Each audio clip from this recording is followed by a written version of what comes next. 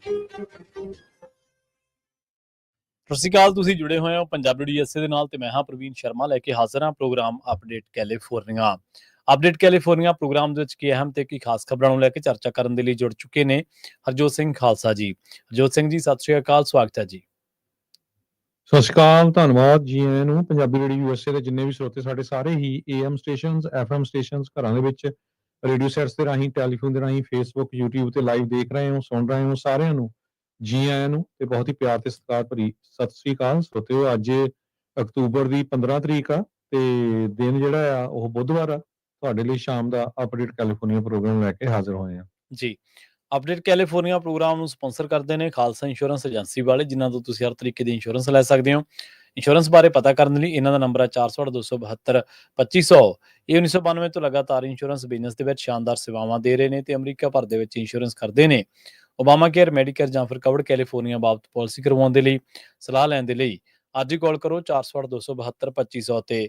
ਟਰਕੀਅਨ immigration ਲਾ firm ਵਾਲੇ ਜੇ ਟਰਕੀਅਨ ਟੌਨੀ ਟਰਕੀਅਨ ਦੇ ਨਾਲ ਤੁਸੀਂ US ਇਮੀਗ੍ਰੇਸ਼ਨ ਬਾਬਤ ਕੋਈ ਵੀ ਸਲਾਹ ਕਰਨੀ ਹੈ ਤਾਂ ਇਹਨਾਂ ਦਾ ਨੰਬਰ ਹੈ 415-909-0503। ਗੁਰਦੀਪ ਸਿੰਘ ਬਿਰਦੀ ਕਲੋਵਿਸ, ਗੁਰਬਚਨ ਸਿੰਘ ਨਾਗਰਾ ਸੈਕਰਾਮੈਂਟੋ, ਮਲਵਿੰਦਰ ਸਿੰਘ ਪਾਵਲਾ ਸੈਨ ਹੋਜ਼ੇ, ਗੁਰਦੇਵ ਸਿੰਘ ਸੋਹਲ ਐਂਟੀਲੀਓ, ਬਰਿੰਦਰ ਸਿੰਘ ਗੋਇਲ ਯੂਬਾ ਸਿਟੀ, ਅਵਤਾਰ ਸਿੰਘ ਮੰਜ਼ਲ ਕਲੋਵਿਸ, ਪਰਮਜੀਤ ਸਿੰਘ ਦਾਖਾ ਬਰਕਲੇ। ਅਪਗ੍ਰੇਡ ਮਾਈ ਹੋਮ ਵਾਲੇ, ਜਿਨ੍ਹਾਂ ਤੋਂ ਤੁਸੀਂ ਆਪਣੇ ਘਰ ਨੂੰ ਅਪਗ੍ਰੇਡ ਕਰਨ ਦੇ ਲਈ ਹਰ ਕਿਸਮ ਦੀ ਫਲੋਰਿੰਗ ਕਰਵਾ ਸਕਦੇ ਹੋ, ਟਾਈਲ ਲਗਵਾ ਸਕਦੇ ਹੋ, ਲੱਕੜ, ਵਾਈਨਲ, ਘਰ ਦੇ ਰੰਗ ਤੋਂ ਲੈ ਕੇ ਬਲਾਈਂਡਸ ਇੰਸਟਾਲੇਸ਼ਨ ਤੱਕ ਹਰ ਤਰ੍ਹਾਂ ਦਾ ਕੰਮ ਕਰਵਾ ਸਕਦੇ ਹੋ। ਬੜੇ ਹੀ ਵਾਜਬ ਰੇਟਾਂ ਦੇ ਵਿੱਚ ਇਹ ਕੰਮ ਕਰਦੇ ਨੇ। ਕਾਲ ਕਰ ਸਕਦੇ ਹੋ 7079146411 ਦੇ ਉੱਤੇ, 707-914-6411 ਦੇ ਉੱਤੇ ਇਹਨਾਂ ਦੇ ਨਾਲ ਰਾਬਤਾ ਕਾਇਮ ਕੀਤਾ ਜਾ ਸਕਦਾ ਅਪਗ੍ਰੇਡ ਮਾਈ ਹੋਮ ਵਾਲਿਆਂ ਦੇ ਨਾਲ। ਇਹਨਾਂ ਸਾਰੇ ਹੀ ਸਪਾਂਸਰਸ ਦਾ ਬਹੁਤ ਬਹੁਤ ਧੰਨਵਾਦ। ਤੇ ਜੇਕਰ ਤੁਸੀਂ ਵੀ ਪੰਜਾਬੀ USA ਦੇ ਇਹਨਾਂ ਪ੍ਰੋਗਰਾਮਾਂ ਨੂੰ ਸਪਾਂਸਰ ਕਰਨਾ ਚਾਹੁੰਦੇ ਹੋ ਤਾਂ ਸਟੂਡੀਓ ਦਾ ਨੰਬਰ ਹੈ 408-272-5200 ਜੀ।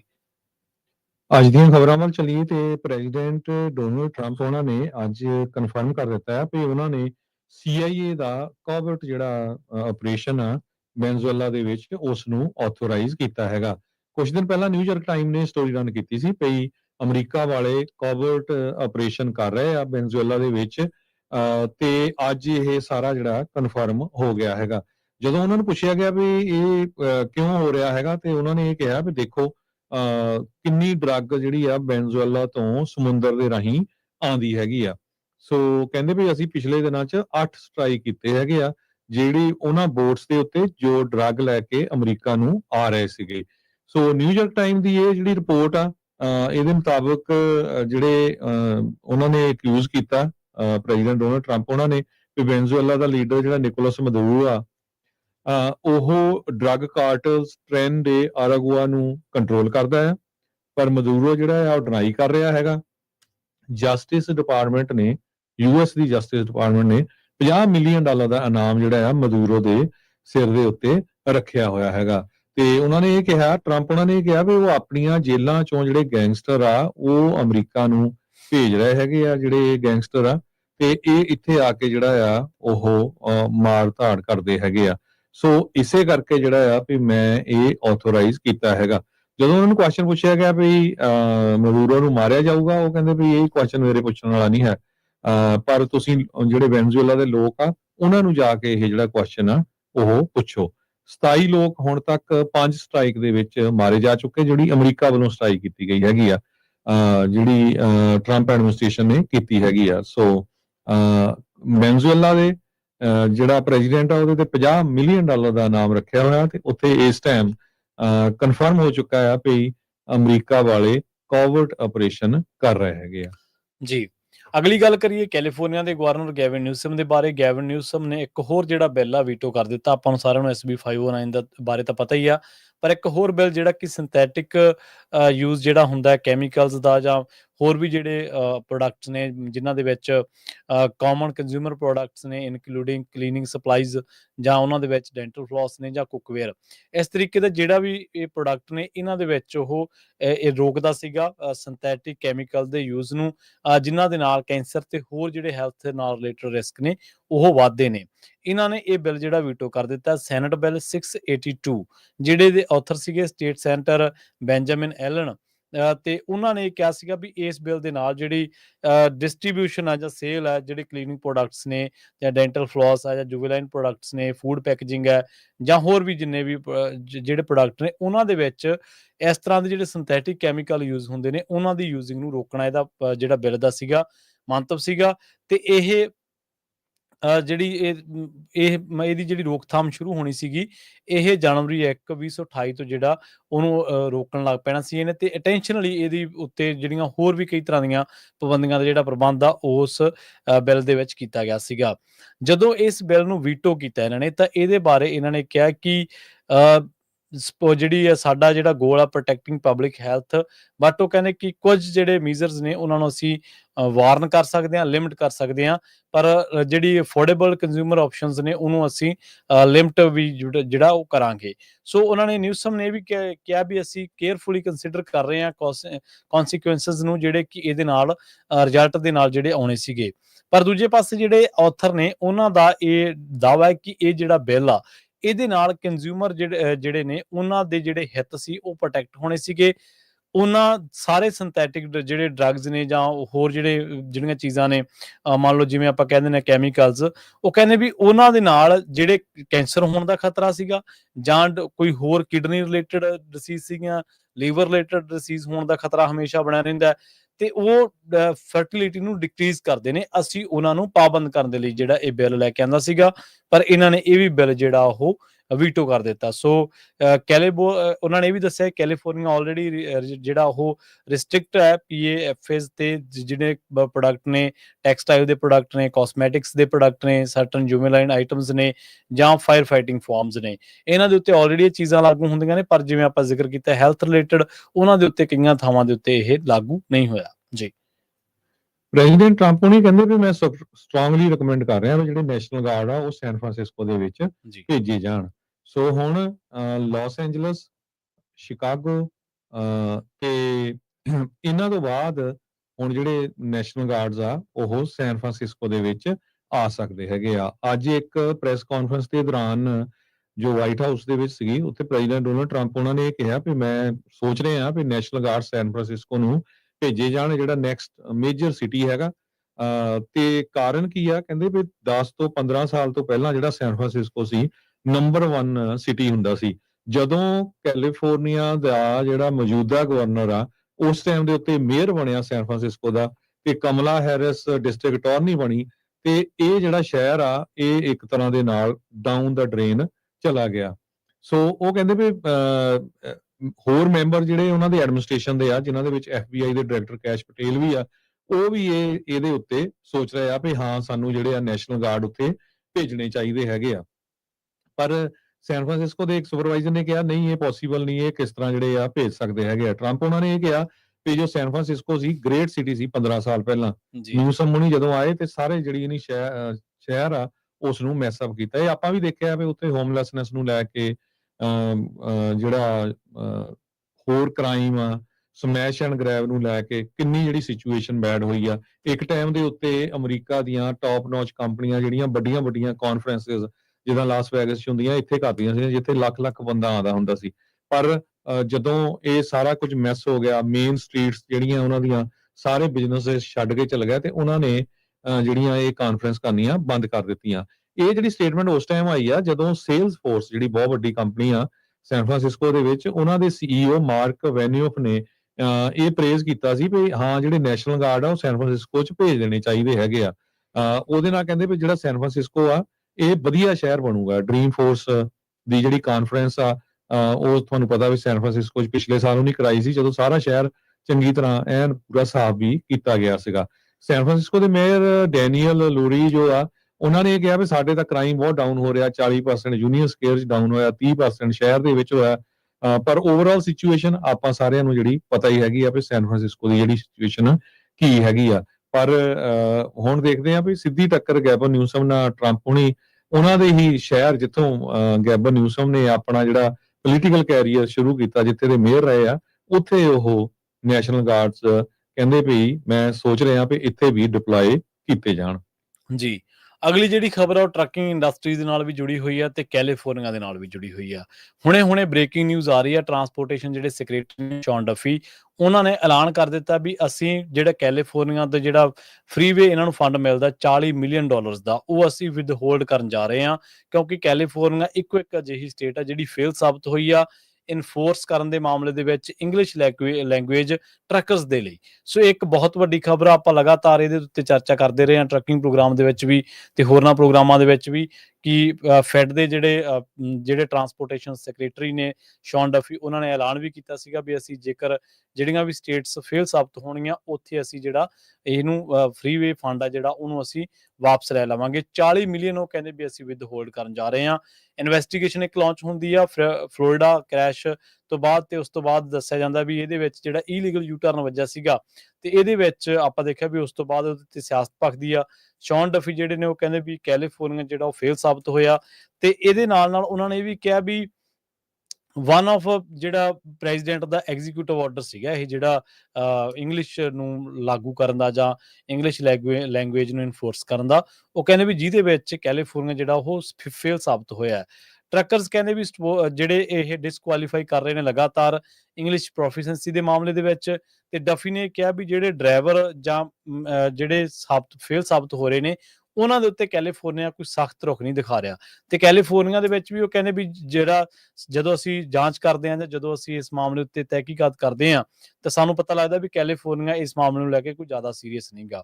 ਕੈਲੀਫੋਰਨੀਆ ਕਹਿੰਦੇ ਵੀ ਇੱਕੋ ਇੱਕ ਅਜਿਹਾ ਸਟੇਟ ਹੈ ਜਿਹਨੇ ਰਿਫਿਊਜ਼ ਕੀਤਾ ਬਿਗ ਰਿਗ ਜਿਹੜਾ ਇੰਸ਼ੋਰ ਕਰਨ ਨੂੰ ਕਿ ਜਿਹੜੇ ਡਰਾਈਵਰਸ ਨੇ ਜਾਂ ਹੋਰ ਉਹ ਰੋਡ ਸਾਈਨ ਨੂੰ ਰੀਡ ਕਰਦੇ ਹੋਣ, ਕਮਿਊਨੀਕੇਟ ਕਰਦੇ ਹੋਣ ਲਾ ਐਨਫੋਰਸਮੈਂਟ ਦੇ ਨਾਲ, ਤੇ ਇਹ ਕਹਿੰਦੇ ਕਿ ਫੰਡਾਮੈਂਟਲ ਸੇਫਟੀ ਇਸ਼ੂ ਦੇ ਨਾਲ ਉਹਨਾਂ ਨੇ ਨਾਲ ਜੋੜ ਦਿੱਤਾ ਜਿਹੜਾ ਕਿ ਕਹਿੰਦੇ ਤੁਹਾਡੇ ਨਾਲ ਤੁਹਾਡੇ ਪਰਿਵਾਰਾਂ ਦੇ ਨਾਲ ਅਮਰੀਕਾ ਦੀਆਂ ਸੜਕਾਂ ਦੇ ਉੱਤੇ ਜੁੜਦਾ। ਸੋ ਗੱਲ ਕਿੱਥੋਂ ਤੁਰੀ ਸੀ, ਕਿੱਥੋਂ ਤੱਕ ਆ ਪਹੁੰਚੀ ਆ, ਪਰ ਹਲੇ ਵੀ ਆਪਾਂ ਨੂੰ ਪਤਾ ਵੀ ਫੈਡ ਨੇ ਜਿਹੜਾ ਕੈਲੀਫੋਰਨੀਆ ਦਾ ਏਡੀ ਛੇਤੀ ਖੇੜਾ ਨਹੀਂ ਛੱਡਣਾ। ਕੈਲੀਫੋਰਨੀਆ ਆਪਣੀਆਂ ਪ੍ਰੈਕਟਿਸਿਸ ਨੂੰ ਡਿਫੈਂਡ ਕਰ ਰਿਹਾ, ਉਹ ਕਹਿੰਦੇ ਵੀ ਅਸੀਂ ਜਿਹੜਾ ਟਰਾਂਸਪੋਰਟੇਸ਼ਨ ਦਾ ਜਿਹੜਾ ਡਿਪਾਰਟਮੈਂਟ ਦਾ ਲਾਸਟ ਮੰਥ ਸੀਗਾ ਉਹਦੇ ਵਿੱਚ ਅਸੀਂ ਕਾਫੀ ਕੁਛ ਇਹਨਾਂ ਨੂੰ ਜਿਹੜਾ ਭੇਜਿਆ ਸੀਗਾ।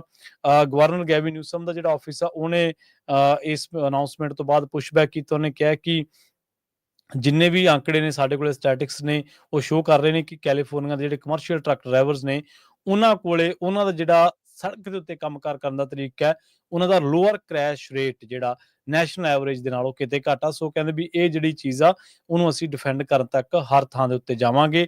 ਡਫੀ ਨੇ ਇਹ ਗੱਲ ਕਹੀ ਆ ਵੀ ਅਸੀਂ ਅਗਸਤ ਦੇ ਵਿੱਚ ਕੈਲੀਫੋਰਨੀਆ ਨੇ ਘੱਟੋ ਘੱਟ 34,000 ਇੰਸਪੈਕਸ਼ਨ ਜਿਹੜੀਆਂ ਸੀ ਉਹ ਕੰਡਕਟ ਕੀਤੀਆਂ ਸੀਗੀਆਂ, ਪਰ ਉਹ ਕਹਿੰਦੇ ਵੀ ਹਰ ਇੱਕ ਦੇ ਵਿੱਚ ਅਸੀਂ ਦੇਖਿਆ ਵੀ ਵਾਇਲੇਸ਼ਨ ਆ। ਜਦੋਂ ਤੋਂ ਨਵਾਂ ਜਿਹੜਾ ਲੈਂਗੁਏਜ ਸਟੈਂਡਰਡ ਜਿਹੜਾ ਉਹਨੂੰ ਇਫੈਕਟ ਦੇ ਵਿੱਚ ਲਿਆਂਦਾ ਗਿਆ, ਦੇਖਦੇ ਹਾਂ ਅੱਗੇ ਕੀ ਜਾਂਦਾ। ਹੁਣ ਇੱਕ ਪਾਸੇ ਟਰਾਂਸਪੋਰਟੇਸ਼ਨ ਜਿਹੜੇ ਸੈਕਟਰੀ ਨੇ ਸ਼ੌਨ ਡਫੀ, ਆਪਾਂ ਨੂੰ ਪਤਾ ਵੀ ਉਹ ਵੀ ਥੋੜੇ ਜਿਹੇ ਉਸ ਸੁਭਾਅ ਦੇ ਨੇ, ਤੇ ਉਹਨਾਂ ਨੇ 40 ਮਿਲੀਅਨ ਜਿਹੜਾ ਕੈਲੀਫੋਰਨੀਆ ਦੇ ਵਿੱਚ ਫ੍ਰੀਵੇ ਜਿਹੜਾ ਫੰਡ ਆ ਜਿਹਨੂੰ ਕੱਟ ਕਰਨ ਦੇ ਉਹਨਾਂ ਨੇ ਧਮਕੀ ਪਹਿਲਾਂ ਦਿੱਤੀ ਸੀ, ਤਾਂ ਹੁਣ ਉਹਨਾਂ ਨੇ ਉਸ ਲੈਂਗੁਏਜ ਦੇ ਮਾਮਲੇ ਦੇ ਉੱਤੇ ਕੈਲੀਫੋਰਨੀਆ ਉੱਤੇ ਕਾਰਵਾਈ ਕਰਦਿਆਂ ਉਹਨੂੰ ਵਿਦ ਹੋਲਡ ਕਰ ਲਿਆ ਜੀ। ਇਸ ਸੰਬੰਧ ਵਿੱਚ ਕੱਲ ਨੂੰ ਆਪਾਂ ਅਪਡੇਟ ਟਰੱਕਿੰਗ ਪ੍ਰੋਗਰਾਮ ਦੇ ਵਿੱਚ ਵੀ ਡਿਟੇਲ 'ਚ ਗੱਲਬਾਤ ਕਰਾਂਗੇ। ਪਰ ਸ਼ਾਨ ਡਫੀ ਨੇ ਇਹ ਕਿਹਾ ਵੀ ਅਮਰੀਕਾ 'ਚ ਹੁਣ ਕੱਲੀ ਸਟੇਟ ਸਿਰਫ ਕੈਲੀਫੋਰਨੀਆ ਰਹਿ ਗਈ ਆ ਜਿਹੜੀ ਇੰਗਲਿਸ਼ ਪ੍ਰੋਫੀਸ਼ੀਐਂਸੀ ਵਾਲਾ ਜਿਹੜਾ ਰੂਲ ਆ ਉਸ ਨੂੰ ਲਾਗੂ ਨਹੀਂ ਕਰ ਰਹੀ ਹੈਗੀ ਜੀ। ਅਗਲੀ ਖਬਰ ਵੱਲ ਚੱਲੀਏ ਤੇ ਕਾਈਜ਼ਰ ਪਰਮਾਨੈਂਟੇ ਦੇ ਜਿਹੜੇ ਹੈਲਥ ਵਰਕਰਸ ਆ ਜਿਹਦੇ ਵਿੱਚ ਨਰਸਸ, ਸੀਐਨਏ ਹੋਰ ਸਾਰੇ ਆ, ਉਹਨਾਂ ਨੇ ਹਜ਼ਾਰਾਂ ਦੀ ਗਿਣਤੀ ਦੇ ਵਿੱਚ 5 ਰੋਜ਼ਾ ਜਿਹੜੀ ਆ ਸਟ੍ਰਾਈਕ ਸ਼ੁਰੂ ਕਰ ਦਿੱਤੀ ਹੈਗੀ ਆ।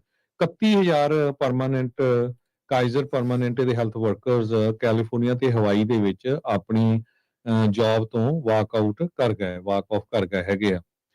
25% ਉਹ ਸੈਲਰੀ ਇਨਕਰੀਜ਼ ਮੰਗ ਰਹੇ ਹੈਗੇ ਆ।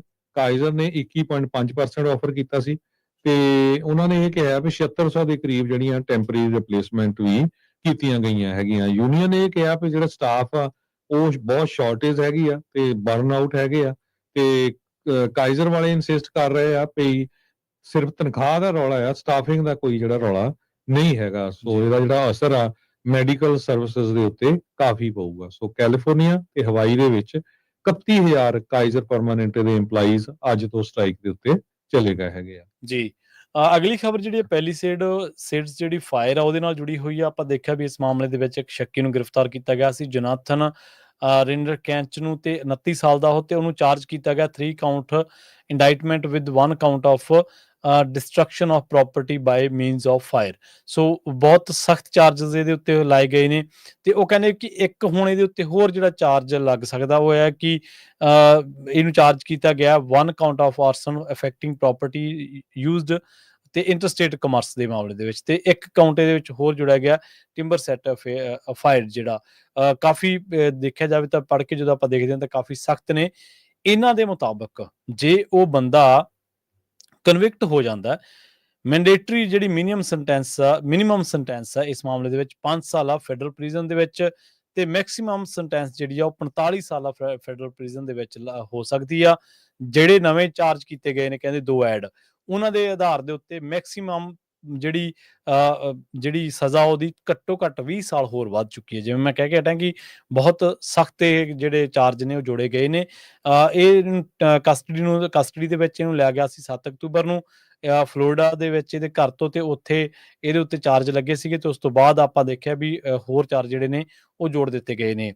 US ਜਿਹੜੇ ਅਟਾਰਨੀ ਨੇ ਬਿੱਲ, ਇਸ ਲਈ ਉਹਨਾਂ ਨੇ ਇਹ ਗੱਲ ਦਾ ਦਾਅਵਾ ਕੀਤਾ ਵੀ ਜਿਹੜਾ ਇਹ ਜੋਨਾਥਨ ਹੈ ਇਹਨੂੰ ਆਉਣ ਵਾਲੇ ਟਾਈਮ ਦੇ ਵਿੱਚ ਕਨਵਿਕਟ ਇਹਨੇ ਹੋ ਹੀ ਜਾਣਾ ਤੇ ਉਹਨੂੰ ਸਖਤ ਸਜ਼ਾ ਜਿਹੜਾ ਸਾਹਮਣਾ ਉਹ ਕਰਨਾ ਪੈ ਸਕਦਾ ਜੀ। ਅਗਲੀ ਖਬਰ ਵੱਲ ਚਲੀਏ। ਸੈਨ ਮੈਟਿਓ ਕਾਉਂਟੀ ਦੀ ਜਿਹੜੀ ਸ਼ੈਰਿਫ ਆ ਉਸ ਨੂੰ ਯੂਨੈਨਿਮਸਲੀ ਵੋਟ ਪਾ ਕੇ ਉਹਨਾਂ ਦੀ ਪੋਜੀਸ਼ਨ ਤੋਂ ਰਿਮੂਵ ਕਰ ਦਿੱਤਾ ਗਿਆ ਹੈਗਾ। ਸ਼ੈਰਿਫ ਕ੍ਰਿਸਟੀਨਾ ਕਾਰਪਸ ਜੋ ਆ ਉਹਦੇ ਉੱਤੇ 1 ਸਾਲ ਦੀ ਜਿਹੜੀ ਕੰਟਰੋਵਰਸੀ ਤੇ ਇਨਵੈਸਟੀਗੇਸ਼ਨ ਚੱਲ ਰਹੀ ਸੀ। ਸਪੈਸ਼ਲ ਬੋਰਡ ਮੀਟਿੰਗ ਹੋਈ ਕੱਲ ਸਵੇਰੇ ਤੇ ਸੁਪਰਵਾਈਜ਼ਰ ਨੇ ਜਿਹੜੀ ਫਾਈਨਲ ਬੋਰਡ ਦੇ ਵਿੱਚ ਜਿਹੜਾ ਆ ਉਹ ਇਹ ਦੱਸਿਆ ਵੀ ਆਪਾਂ ਜੋ ਸ਼ੈਰਿਫ ਆ ਉਸ ਨੂੰ ਰਿਮੂਵ ਕਰਨ ਜਾ ਰਹੇ ਹੈਗੇ ਆ। 5 ਵਿੱਚੋਂ 4 ਜਿਹੜੇ ਸੁਪਰਵਾਈਜ਼ਰ ਸੀ ਉਹਨਾਂ ਨੇ ਇਸ ਹੱਕ 'ਚ ਵੋਟ ਪਾਈ ਵੀ ਇਸ ਜਿਹੜੀ ਸ਼ੈਰਿਫ ਆ ਉਸ ਨੂੰ ਰਿਮੂਵ ਕੀਤਾ ਜਾਵੇ। ਪਰ ਸ਼ੈਰਿਫ ਨੇ ਇਹ ਕਿਹਾ ਵੀ ਤੁਸੀਂ ਮੈਨੂੰ ਆਫਿਸ ਤੋਂ ਰਿਮੂਵ ਕਰ ਸਕਦੇ ਆ, ਪਰ ਜਿਹੜਾ ਝੂਠ ਹੈਗਾ ਜਾਂ ਸੱਚ ਆ ਉਸ ਨੂੰ ਜਿਹੜਾ ਤੁਸੀਂ ਲੁਕੋ ਨਹੀਂ ਸਕਦੇ ਹੈਗੇ। ਕਹਿੰਦੇ ਵੀ ਇਹ ਸਿਰਫ ਅਕਾਊਂਟੇਬਿਲਿਟੀ ਤੇ ਕੰਟਰੋਲ ਦੇ ਲਈ ਜਿਹੜਾ ਆ ਮੇਰੇ ਅਗੇਂਸਟ ਕੀਤਾ ਗਿਆ ਹੈਗਾ ਜੀ। ਅਗਲੀ ਜਿਹੜੀ ਖਬਰ ਆ ਮੈਸੇਚਿਉਸੇਟਸ ਤੋਂ ਆ, ਜਿੱਥੇ ਇੱਕ ਜਿਹੜਾ ਬੱਚਾ 13 ਸਾਲ ਦਾ ਉਹਨੂੰ ਕਸਟਡੀ ਦੇ ਵਿੱਚ ਲਿਆ ਗਿਆ। ਇਹਦੇ ਘਰਦਿਆਂ ਨੂੰ ਉਦੋਂ ਪਤਾ ਲੱਗਿਆ ਜਦੋਂ ਜਿਹੜੀ ਇਹਦੀ ਕਾਲ ਇਸ ਬਾਰੇ ਉਹਨਾਂ ਦੀ ਮਾਂ ਨੂੰ ਪਹੁੰਚੀ। 13 ਸਾਲ ਦਾ ਇਹ ਬੱਚਾ, ਤੇ ਉਹਦੀ ਜਦੋਂ ਮਾਤਾ ਨੂੰ ਕਾਲ ਗਈ ਤੇ ਉਹਦੀ ਮਤਲਬ ਦੱਸਿਆ ਗਿਆ ਕਿ ਤੁਹਾਡਾ ਜਿਹੜਾ ਬੱਚਾ ਉਹ ਆਈਸ ਨੇ ਆਪਣੀ ਕਸਟਡੀ ਦੇ ਵਿੱਚ ਲੈ ਲਿਆ। ਕਾਰਨ ਕੀ ਹੈ? ਕਾਰਨ ਇਸ ਬੱਚੇ ਨੇ, ਇੱਕ ਬੱਚੇ ਨੂੰ, ਸਟੂਡੈਂਟ ਆ ਇਹ, ਉਹਨੇ ਧਮਕਾਇਆ ਸੀਗਾ ਇੱਕ ਡਬਲ ਸਾਈਡਡ ਨਾਈਫ ਦੇ ਨਾਲ ਕਿ ਮੈਂ ਤੈਨੂੰ ਜਾਨੋਂ ਮਾਰ ਦਿਆਂਗਾ। ਉਸ ਤੋਂ ਬਾਅਦ ਇਸ ਬੱਚੇ ਨੂੰ ਆਈਸ ਨੇ ਚੱਕਿਆ। ਉਹਨੂੰ ਇਹ ਦੱਸਿਆ ਗਿਆ ਕਿ ਪੁਲਿਸ ਸਟੇਸ਼ਨ ਦੇ ਵਿੱਚ ਜਿਹੜਾ ਉਹਨੂੰ ਰੱਖਿਆ ਗਿਆ ਸੀ। ਬਾਅਦ ਦੇ ਵਿੱਚ ਇਸ ਮਾਮਲੇ ਦੇ ਵਿੱਚ ਜਿਹੜੀ ਆਈਸ ਇਨਵੋਲਵ ਹੁੰਦੀ ਆ। ਸੋ ਉਸ ਤੋਂ ਬਾਅਦ ਕਹਿੰਦੇ ਵੀ ਸਾਨੂੰ ਕੋਈ ਜਿਹੜੀ ਉਹਦੀ ਜਾਣਕਾਰੀ ਨਹੀਂ ਮਿਲੀ। ਇਹ ਬ੍ਰਾਜ਼ੀਲ ਤੋਂ ਆ ਤੇ ਇਸ ਦੇ ਵਿੱਚ ਯੂਨਾਈਟਿਡ ਸਟੇਟਸ ਦੇ ਵਿੱਚ ਉਹ 2021 ਦੇ ਵਿੱਚ ਪਹੁੰਚਿਆ ਸੀਗਾ। ਬਹੁਤ ਸਾਰੇ ਸਰੋਤੇ ਸ਼ਾਇਦ ਉਹਨਾਂ ਨੂੰ ਲੱਗਦਾ ਕਿ ਅਸੀਂ ਇਹ ਖਬਰਾਂ ਸਾਂਝੀਆਂ ਕਰਕੇ ਡਰਾ ਰਹੇ ਹਾਂ ਜਾਂ ਕੁਝ ਵੀ ਕਰ ਰਹੇ ਹਾਂ, ਪਰ ਇਹ ਦੇਖੋ ਤੁਸੀਂ ਗੂਗਲ ਕਰ ਸਕਦੇ ਹੋ। 13-year-old boy arrested for violent threat taken by ICE to a detention facility in Massachusetts। ਇਹ ਗੂਗਲ ਤੇ ਪਈ ਹੈ ਖਬਰ, ਹੁਣੇ ਤੁਸੀਂ ਜਾ ਕੇ ਪੜ੍ਹ ਸਕਦੇ ਹੋ, ਤਸਦੀਕ ਕਰ ਸਕਦੇ ਹੋ। ਮੰਤਵ ਡਰਾਉਣ ਦਾ ਨਹੀਂ ਹੈ, ਮੰਤਵ ਇਹ ਹੈ ਕਿ ਜੇ ਤੁਹਾਡਾ ਬੱਚਾ ਕਿਸੇ ਵੀ ਕਾਰਨ ਕਰਕੇ ਹਿੰਸਕ ਹੈ ਜਾਂ ਤੁਹਾਨੂੰ ਘਰੇ ਕਹਿੰਦਾ ਕਿ ਮੈਂ ਤੁਹਾਨੂੰ ਆਹ ਕਰ ਦੂੰ, ਫਲਾਂ ਕਰ ਦੂੰ, ਉਹਨੂੰ ਸਮਝਾਓ। ਉਹਨੂੰ ਕਹੋ ਕਿ ਤੇਰੇ ਕਰਕੇ ਸ਼ਾਇਦ ਸਾਰੇ ਟੱਬਰ ਨੂੰ ਵਕਤ ਨਾਲ ਖੜਾ ਹੋ ਜੇ, ਸਾਰੇ ਪਰਿਵਾਰ ਨੂੰ ਵਕਤ ਨਾਲ ਖੜਾ ਹੋ ਜੇ। ਇਹ ਪਰਿਵਾਰ 2021 ਦੇ ਵਿੱਚ ਬ੍ਰਾਜ਼ੀਲ ਤੋਂ US ਦੇ ਵਿੱਚ ਦਾਖਲ ਹੋਇਆ ਸੀਗਾ ਤੇ ਹੁਣ ਉਹ ਕਹਿੰਦੇ ਵੀ ਉਹਨਾਂ ਦੀ ਜਿਹੜੀ ਅਸਾਈਲਮ ਐਪਲੀਕੇਸ਼ਨ ਆ ਉਹ ਪੈਂਡਿੰਗ ਪਈ ਆ ਤੇ ਹੁਣ ਅਰੈਸਟ ਤਾਂ ਉਹ ਹੋਇਆ, ਪਰ ਉਹਦੀ ਮਾਤਾ ਕਹਿੰਦੀ ਮੈਨੂੰ ਕੁਝ ਪਤਾ ਹੀ ਨਹੀਂ ਲੱਗ ਰਿਹਾ। ਉਹਦਾ ਜਿਹੜਾ ਜਸੀਲੋ ਬਰਟੋ ਦਾ ਨਾਮ ਦੱਸਿਆ ਗਿਆ, ਉਹ ਕਹਿੰਦੀ ਮੈਨੂੰ ਪਤਾ ਹੀ ਨਹੀਂ ਲੱਗ ਰਿਹਾ ਅਸੀਂ ਕੀ ਕਰੀਏ ਇਸ ਮਾਮਲੇ ਦੇ ਵਿੱਚ। ਸਾਨੂੰ ਪਤਾ ਹੀ ਨਹੀਂ ਗਾ ਵੀ ਉਹਨੇ ਕਿੱਡਾ ਕੁ ਕ੍ਰਾਈਮ ਕੀਤਾ ਹੈ, ਕਿ ਉਹਦੇ ਨਾਲ ਰਾਬਤਾ ਹੋਇਆ। ਸਿਰਫ ਇੱਕ ਵਾਰੀ ਉਹਦੀ ਗੱਲ ਹੋਈ ਆ, ਇਹ ਪਹਿਲਾਂ ਉਹਨੂੰ ਪੁਲਿਸ ਨੇ ਅਰੈਸਟ ਕੀਤਾ ਤੇ ਉਸ ਤੋਂ ਬਾਅਦ ਉਹਨੂੰ ਅਰੈਸਟ ਕਰ ਲਿਆ ਗਿਆ। ਸੋ ਹਾਲਾਤ ਇਮੀਗ੍ਰੇਸ਼ਨ ਦੇ ਮਾਮਲੇ ਦੇ ਵਿੱਚ ਸਖਤ ਹੋਏ ਪਏ ਨੇ। ਇਸ ਸਖਤੀ ਨੂੰ ਅਸੀਂ ਮੰਨੀਏ ਜਾਂ ਨਾ ਮੰਨੀਏ, ਪਰ ਇਹ ਸਖਤੀ ਲਾਗੂ ਆ। ਆਪਾਂ ਨੂੰ ਪਤਾ ਹੀ ਆ, ਕ੍ਰਾਈਮ ਕਰਨ ਤੋਂ ਬਚੋ, ਕ੍ਰਿਮੀਨਲ ਲੋਕਾਂ ਦੇ ਨਾਲ ਬੈਠਣ ਖਲੋਣ ਤੋਂ ਬਚੋ, ਕਿਸੇ ਵੀ ਤਰੀਕੇ ਦਾ ਗੈਰ ਕਾਨੂੰਨੀ ਕੋਈ ਵੀ ਕੰਮ ਕਦੇ ਵੀ ਨਾ ਕਰੋ ਤਾਂ ਚੰਗਾ ਜੀ। ਜੀ। ਤੇ ਸਾਡਾ ਖਬਰਾਂ ਦਾ ਸਮਾਂ ਜਿਹੜਾ ਸਮਾਪਤੀ ਵਾਲਾ, ਤੇ ਜੇ ਆਪਾਂ ਸਟਾਕ ਮਾਰਕੀਟ ਦੀ ਵੀ ਗੱਲ ਕਰਦੇ ਜਾਈਏ ਤੇ ਅੱਜ ਡਾਊ ਜੋਨ ਇੰਡਸਟਰੀਅਲ ਜਿਹੜਾ ਹੈ ਉਹ ਡਾਊਨ ਗਿਆ 0.04% ਤੇ ਕਲੋਜ਼ ਹੋਇਆ 46,253.31 ਦੇ ਉੱਤੇ। S&P ਇੰਡੈਕਸ ਅਪ ਗਿਆ 0.40% ਤੇ ਕਲੋਜ਼ ਹੋਇਆ 6671.06 ਦੇ ਉੱਤੇ। ਨੈਸਡੈਕ ਅਪ ਗਿਆ 0.66% ਤੇ ਅਪ ਗਿਆ ਹੈਗਾ 22,670.08 ਦੇ ਉੱਤੇ।